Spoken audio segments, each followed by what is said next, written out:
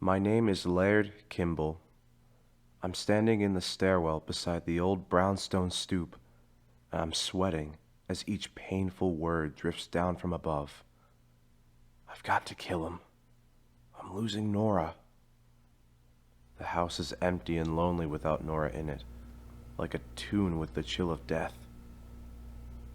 I look around the room sadly.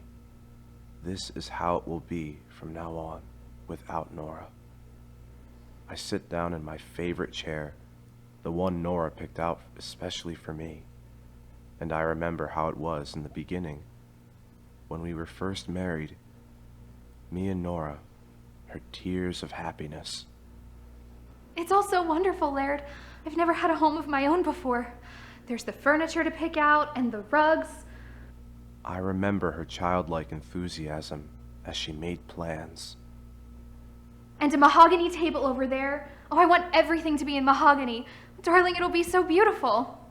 It was less than a year after we were married.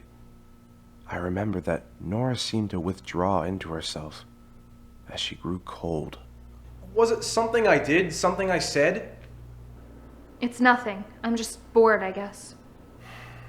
Perhaps we could meet with some friends. The Booths, the Clarks, the Delsons, all your old friends. I'm sick of them every night, night after night. Did she have enough to do? A passion of her own? Maybe we could have some children? No, no children. I'm not ready to tie myself down. I have a lot of living to do, a lot of living. I recall the look on Nora's face. I remember how I thought it was just one of those moments, the strange moods of a woman. But things were never really the same after that night. I was a fool not to have recognized it then. I thought it was such a good thing when she made friends of her own. Helen and those others. I remember there were seldom any nights at home alone after that. How Nora would wait by the phone. It's Helen. Would you mind if I play bridge again tonight? I remember how Helen took sick, and I thought back to how it seemed that she would never get well. Helen's alone tonight, Laird. Would you mind? I remember those few times I reached the phone before Nora, and there would be no one there, just a click, and then that awful silence. But I never suspected the truth, not until that night, last week, when Helen called. Me? Why, I've been just fine, Laird, but I haven't seen your wife in a dog's age. So I started following Nora after that night, and I saw her meet him. But I never saw the man close enough to make out his face.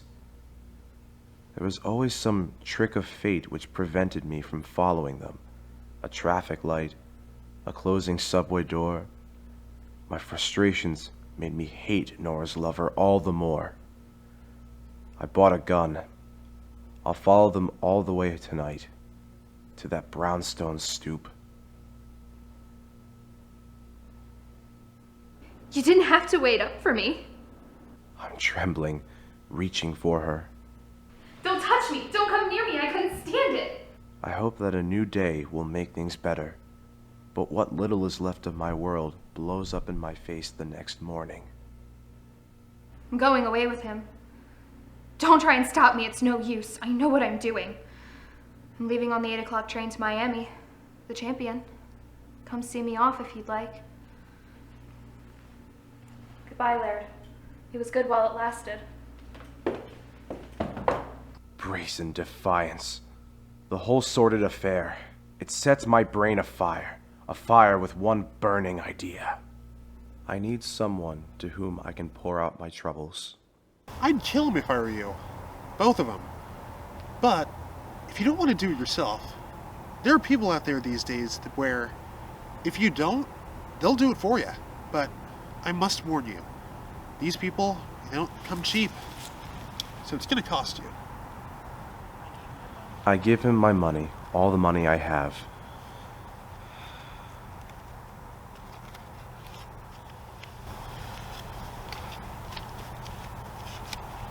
Okay? Now, you need a picture of the target. This guy's gonna need something to go off of.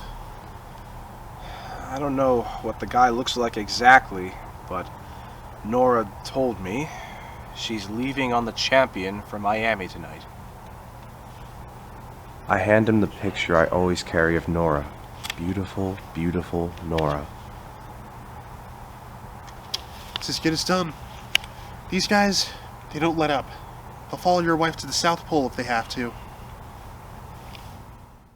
So I go home and wait. I think of what I'm going to do when Nora comes back, what I'm going to say. When the time draws near, I leave the apartment and walk down the hall to establish an alibi. Prove I was home at 8 p.m. Find a reliable witness. I ring my neighbor's bell.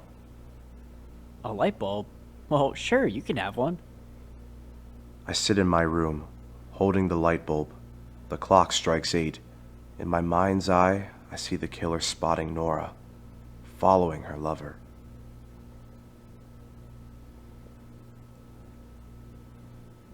Nora stands in the open doorway, bags in hands, her eyes filled with tears.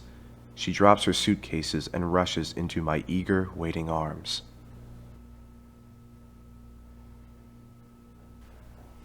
I was such a fool. I realized it at the train station as we were about to depart. It's you I love. It's you I'll always love.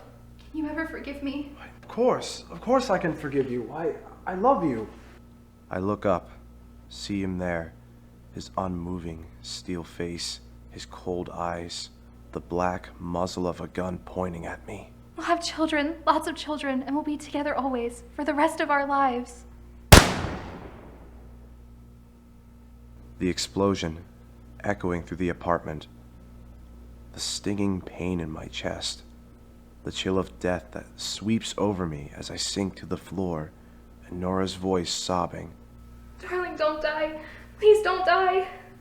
These are the last things I hear before the end.